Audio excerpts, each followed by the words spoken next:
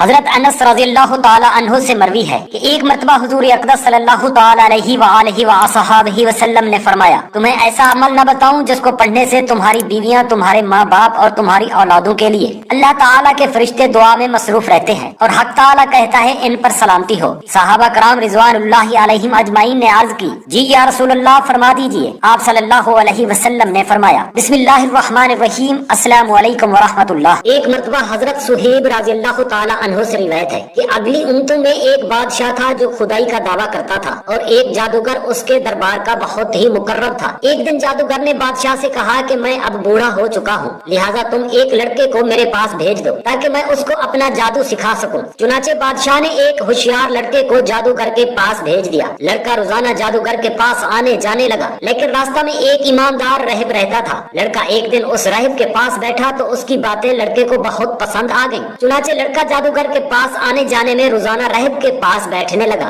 ایک دن لڑکے نے دیکھا کہ ایک بڑا اور مہیب جانور کھڑا انسانوں کا راستہ روکے ہوئے ہے۔ لڑکے نے یہ منظر دیکھ کر اپنے دل میں کہا کہ آج یہ ظاہر ہو جائے گا کہ جادوگر افضل ہے یا راہب۔ چنانچہ لڑکے نے ایک پتھر اٹھا کر یہ دعا مانگی، یا اللہ تعالیٰ اگر تیرے دربار میں یہ مذہب جادوگر سے زیادہ مقبول و محبوب ہو تو اس جانور کو اسی پتھر سے مقتول فرما دے۔ یہ دعا کر کے لڑکے نے جانور کو اس پتھر سے مار دیا تو یہ بہت بڑا جانور ایک چھوٹے سے پتھر سے قتل ہو کر مر گیا اور لوگوں کا راستہ بھی کھل گیا۔ لڑکے نے راہب سے یہ پورا واقعہ بیان کیا تو راہب نے کہا کہ اے لڑکے، اللہ تعالیٰ کے دربار میں تیرا مرتبہ بلند ہو گیا ہے، لہٰذا اب تو ان قریب امتحان میں ڈالا جائے گا، اس لیے کسی کو میرا پتہ نہ بتانا اور امتحان کے وقت صبر کرنا۔ اس کے بعد یہ لڑکا اس قدر صاحب کرامت ہو گیا کہ اس کی دعاؤں سے مادرزاد اندھے اور کوڑی شفا پانے لگے۔ رفتہ رفتہ بادشاہ کے دربار میں اس کا چرچا ہونے لگا تو بادشاہ کا ایک بہت ہی مقرب ہم نشین جو اندھا ہو گیا تھا اس لڑکے کے پاس بہت سے ہدیہ اور تحائف لے کر حاضر ہوا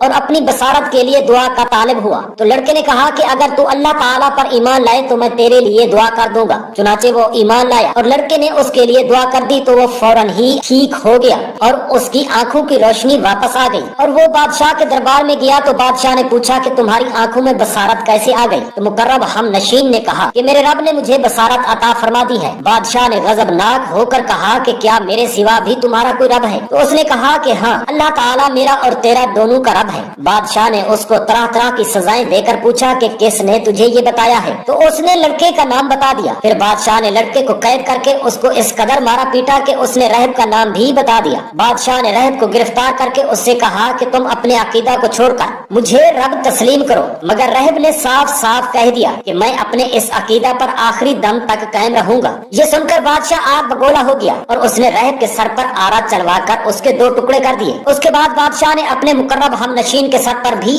آرا چلوا دیا۔ پھر لڑکے کو سپاہیوں کے سپرد کیا اور حکم دیا کہ اس کو پہاڑی کی چوٹی پر چڑھا کر اوپر سے نیچے لڑکا دو۔ لڑکے نے پہاڑ پر چڑھ کر دعا مانگی تو ایک زلزلہ آیا اور بادشاہ کے سپاہی زلزلہ کے جھٹکوں سے ہلاک ہو گئے اور لڑکا سلامتی کے ساتھ پھر بادشاہ کے سامنے آ کھڑا ہو گیا۔ پھر بادشاہ نے غیظ و غضب میں بھر کر حکم دیا کہ اس لڑکے کو کشتی پر بٹھا کر سمندر میں لے جاؤ اور سمندر کی گہرائی میں لے جا کر اس کو سمندر میں پھینک دو۔ چنانچہ بادشاہ کے سپاہی اس کو کشتی میں بٹھا کر لے گئے۔ پھر جب لڑکے نے دعا مانگی تو کشتی غرق ہو گئی اور سب سپاہی ہلاک ہو گئے اور لڑکا سیاہ تو سلامتی کے ساتھ بادشاہ کے سامنے آ کر کھڑا ہو گیا اور بادشاہ حیران رہ گیا۔ پھر لڑکے نے بادشاہ سے کہا کہ اگر تو مجھ کو شہید کرنا چاہتا ہے تو اس کی صرف ایک ہی صورت ہے کہ تو مجھ کو سولی پر لٹکا کر اور یہ پڑھ کر مجھے تیر مار، بسم اللہ رب الغلام۔ چنانچہ اسی ترکیب سے بادشاہ نے اس لڑکے کو تیر مار کر شہید کر دیا۔ یہ منظر دیکھ کر ہزاروں کے مجمع نے بلند آواز سے یہ اعلان کرنا شروع کر دیا کہ ہم اس لڑکے کے رب پر ایمان لائے۔ بادشاہ غصہ میں بکھلا گیا اور اس نے گڑھا کھدوا کر اس میں آگ جلوائی۔ جب آگ کے شعلے خوب بلند ہونے لگے تو اس نے ایمانداروں کو پکڑوا کر اس